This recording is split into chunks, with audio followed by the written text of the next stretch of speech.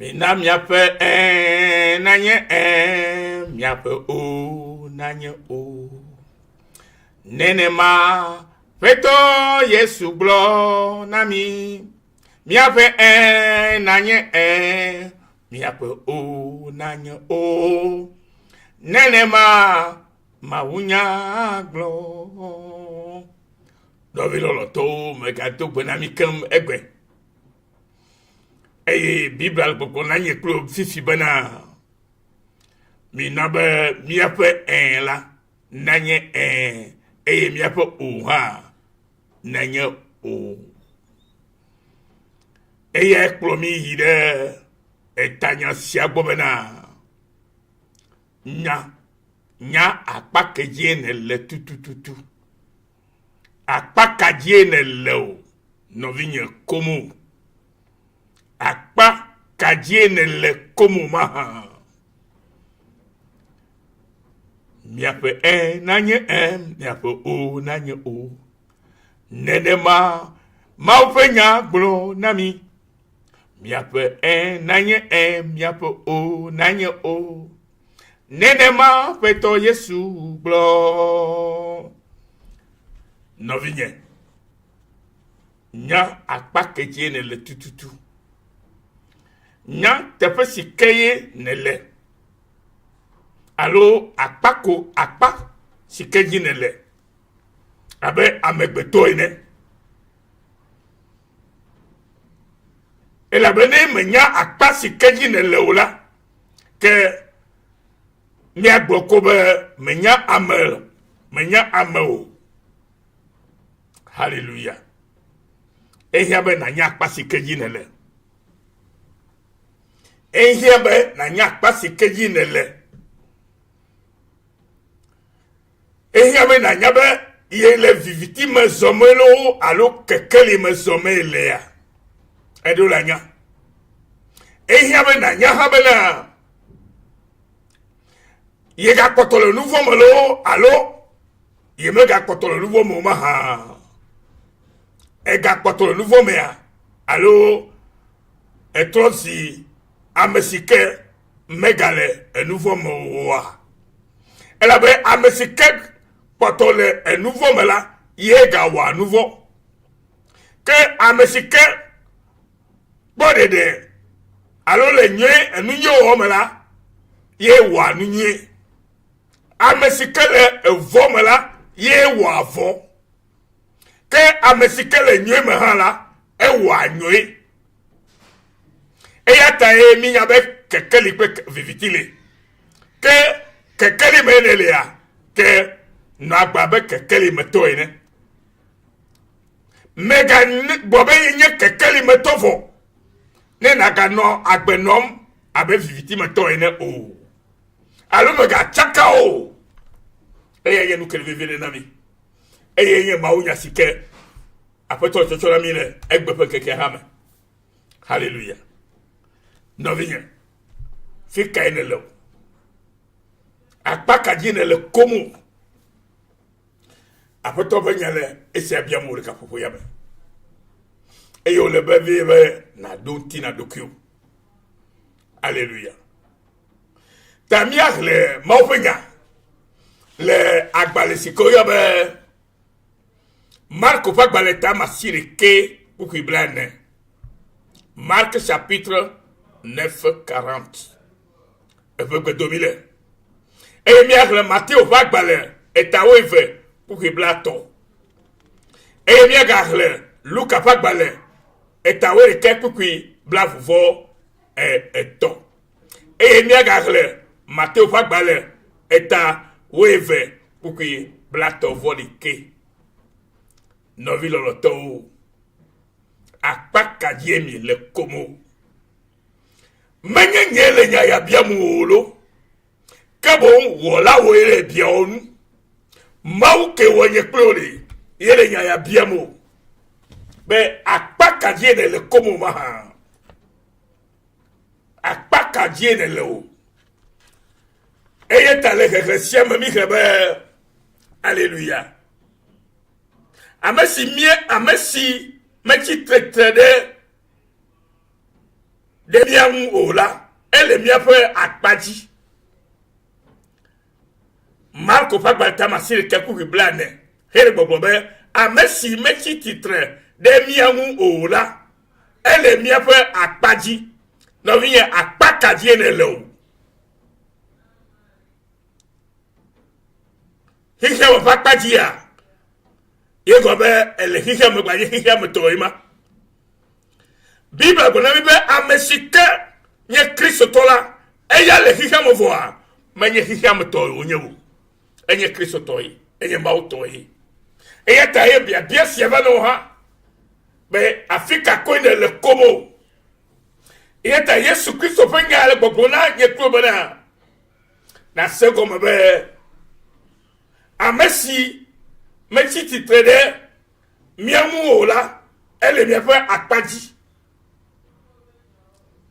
amesi mechi titrede nyatefia mu yo ho nyatefia eyo la gbeno le nyatefia mala ele mo fakpaji eye onyamesi ko yobe Kristo to amen eyo onyamesi ko yobe Kristo to ele be akpakeji lela yenya akpanye sikeji ojebe amegbeto ne wano bene wa kpofofo lepe luvome ya kpofofo lepe gbogome ya kpofofo lepe amenyenye ketame pe ntila kwe kota siame yo yabe Kristo to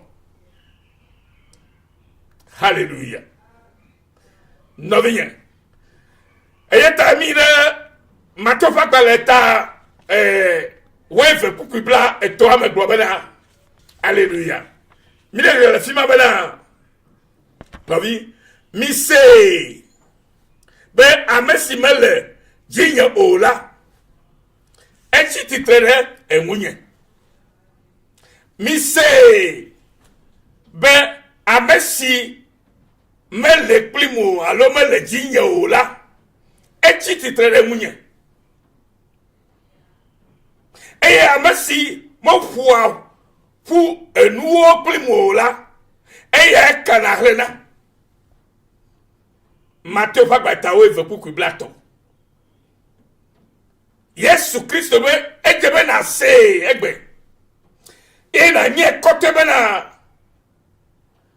amesi mele jinya ile jiola echi titre dera chi titre Yesu Kristo nwa ehia be na no epakpaji na no eji bom eta gobe nenye be amesi me fuafu enupli yola eya ya ala kahle no vi momo dibe na kahle o eta dibe na fo nupli na no plie ala ba ye koma musale eya tomu awonu katan wa de gole agbowome no vi eta ga jile Luka Pagba tawe de keku bla vevo toi me le gbogbo bele ke o afimo le gbogbo na mi le bena no vinya Seigneur ele gbogbo na mi bena amesi mele jinya ola echi titrede enwunye eye ne ameade mekpenade enwunye ola ele nye do megbelemye amesi keme kwede Yesu Kristo ntio menyame na akparenti be ya wonde ne o kebo na fufu ble amesole jojo ye pomoji ewo kenye Kristo toa na tunya tefe na nagbejaje na nagbesi kenje maunu ano mopo lolonu wom e okata hila owo fokuli Yesu ema vonebe mo fokuli la le nono monsieur la ka obo ona kahle ala kahle vo mo me dibe na kahle o e ta o dibe na o de kakliye de ka okle mawu ye glomo la fia be ejebe nye kli la mia o de kakle mia po la Elle a payé une vague. Les miens, yo bibe agbe chilao, alo agbe no lao. Non vi dans le temps, oui. Mon frère dit non, l'eau. Et les bébés, Matofa batawe fe kuku plato vore kema. Mais dis-moi ma goyale non la senovi elle vivre. Nous Kenya nous de cas que mau me choque na o maha. Nous Kenya nous de cas que mau me choque na o. Enya. Nous de cas deli que mau me choque na o. Yenya ba awa me betola me do la fruma wo. Me do la fruma wo le moi de keji o. Me do la fruma wo le no de ke o ma o. Me le loko fluhara me gabube le mawu ya frumu yo. La ba America ba to fruma wo. E ya ta no vinya. Me de kuku no be na se ya be la ma to fruma wo. E ta nya vivire. Amekerole gole moflum eyo nyelu si Kenya nouveau di kama kakao yete Bible gbogbo le mile Matthieu fa gba le temps weve ku Bible to vo le kia me bana eya unti mele egbrom na mi ba wa cho nouveau club busunya sia busunya ake wa cho nouveau plan busunya sia busunya ak amawokata ke busunya bobole bobokokela uyala o ma cho ak o noviye amede la to bobe ye ma to busunya le boboko tikpok bede o yes a to bolene Vore menya ke ine le komo la. Eye menya wakpa ke ine le komo la gbo la. Ala temo awo. Agbo busunya le gbogbokoti. Awo nuwo le gbogbokoti ke manya o. Vo Bible di bena nyegbe. Bena nouveau sikeli o ma choka me popole enye busunya gbogbole gbogbokoti. O ma cheka o. Ta me ti be ma de gomo no bena. Ma wo nde na nyekli o. Nouveau me mi okota o jimido. Vo ma wo lo mi. Eye o diva mi egbo. To donye sha wo na mi. Ba me sia me ke la ho ye ji sa so la. Wa ne agbe, wa ne hoho, wa ne fufu. E ma ganye nouveau la ko. Bobo kokedi la seden. Bobo kokedi la seden. Le hebi to fa gba le tam o me. Puku we atom hey. Bele. Ye di la seden. Be ames ocho nouveau kemivo. Eye vo sal nouveau ta magalio. Eye yo hele se fa gba le gba to ha. E ta to puku ya me le ida mo wo me bobena. Amesukata nye Kristo tolo oji ocho maume. E amesiama koji ocho maumela. Mega wa nouveau o. E nouveau magaton onti o.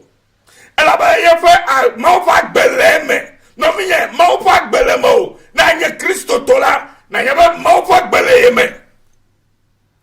Ne maufa gbeleme la ke maga o nouveau.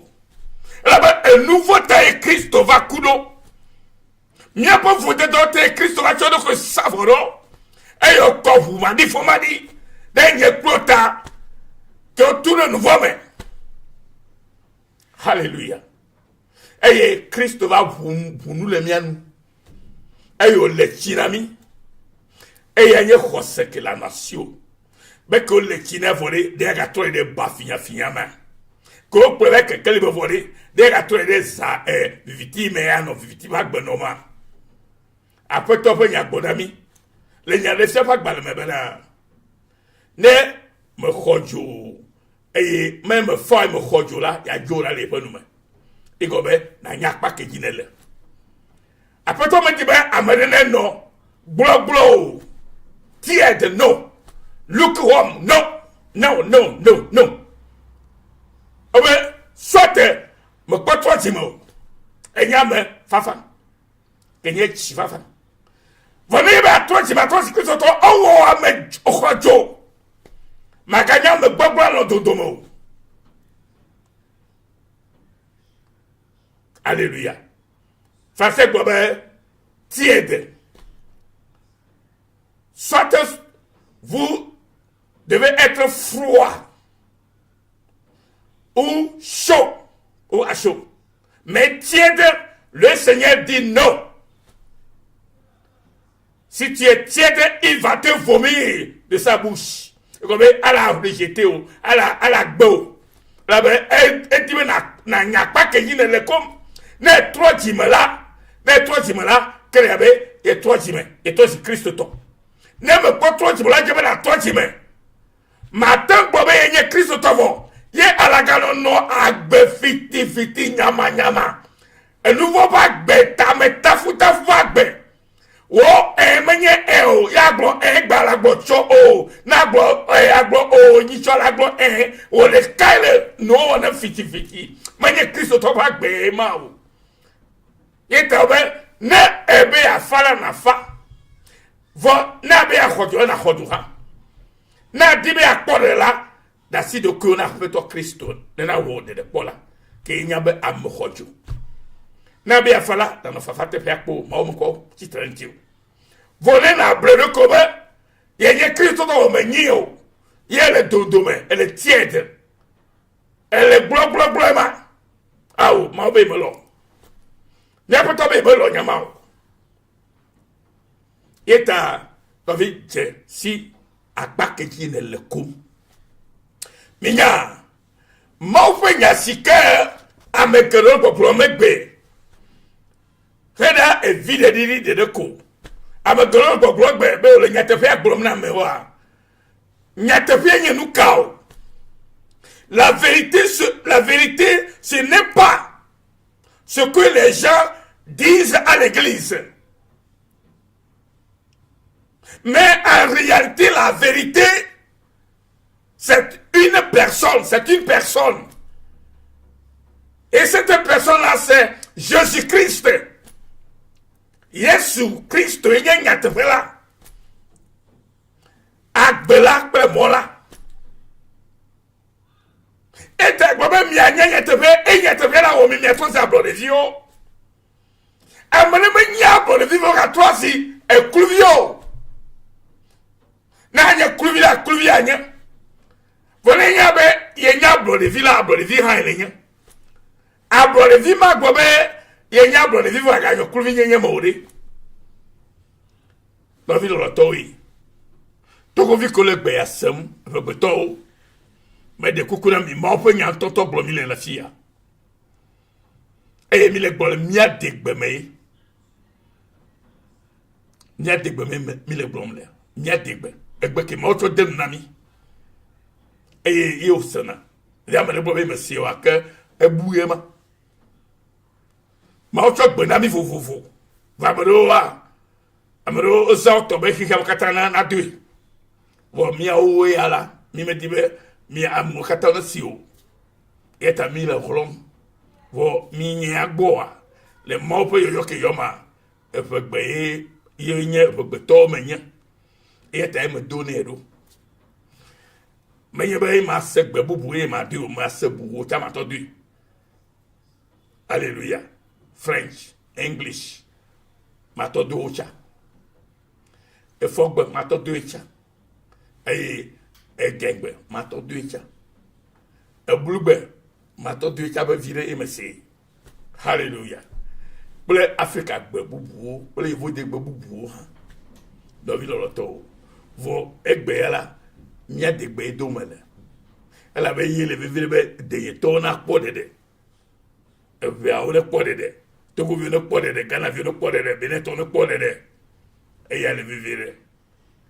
Afi ma ba gbe le tubu moto ha. To we mele tubu mo ha ga ke ya. Ma gbe no ha le wo gbe wa de gbe ma. et ya me le bona du konye me to wi ta no vilo lo to nous si me tibe na nyachu nyasio kata me konye bana ne be enye kekeli mezi alo enye Kristo to la no agba abe Kristo to ene megadu bebleo mega hade kesinonunti ne na dere akpare kenye akpagbegbele akpanyiyo na dere vori topo nu wona vori kele wo dia o Kristo to na dere jila ke menyo megbagbo yor ko benye Kristo to ma en no fitifike amolo wole victime gedela mega cho doku poremo no cho kesinon gade na hala bobe awu kenya menye Kristo to ta ye ma ho ma yawo la be en amajoje nous te po la ke menye le maomela en abe ye ma to de mobe e mala ma khoyo ma gbenu le gbo me joji na mo ta ye ma khoyo ne ye be vide le mahala ma gbe la be na menye nye gomo popo e ma o no vinye bibla si nye ma o fe enyaola nye ahohwen mi enya pipi ke be mi kwa mi alukole enya pipi ne mi apa agbe mo fe nya sike senelari enye apipi ne mi apa agbe hallelujah mo fe nya enya apipi na mi agbe ke mo chona mi a mo fe nya mi cho kwa mi alukole me no vi po de kole nya ya megbe apipi o nya le kuma na o nya si apipi nya le kuma na be akpaka jene le o ba na akpadi divo e na kwa no wonu akpadi akpabu haji kotokoto ma o medina na no lo na akpaka jene le ne akpanyi jine le la wonu nyi la akpanyi ya me ne enyonyi wo wala kpolo kaka de gakpo ma ha no nyi wo aji me gagbo be o ke azo ye po gata ne ya tomo atramo mo wonde ke o ya ga trova a o no vinye a wonu vole boku ya tema mega weo ma tonte chiwo ne bia komi ne mi akudo ma de mi fo gbere tu bo wa wonu nyi ye nu ale yivo ye aba kpobe a nu ale nyi vo ga ke a ndo va do afore me ko va tro mbo do mo be maga yikola ke mo we nyodo re on te da jogbe bo le ke ko alo cha yo awonu jojo la fia kaka wa du chigodo wo me be ko a nu video wa joko a e to mo bodo me ke o wonu nyero re nya siko nu gbo be ere va tre o wa na gbele nde gbo agbele ne gbo la na lo na nde be ya wala we play jojo ye play mo fofo iye nye nu sikenye o ya amama to bo yo be Kristo to amekonya amajoje ya e ka wa nu vo amajoje ya mo du a 50 manu amajoje ya mo to anu gomo mo to ai havi gomo amajoje ya me gbula e havi penya o no vi lo to mo penya ene ponu ne pere miati be mi okata mi ase ye gomo na mi ana pere nu lo obu na nya ma o gato cho fi se hele ma foma Yesu Kristo kon koma mo le ya mi okata na kekenyo ya hama nega no duzare de Kristo Yesu kon koma amen e joji na mbe mi le kama e mi asenya ya olu mo le ya mi kan de Kristo Yesu kon koma amen o irami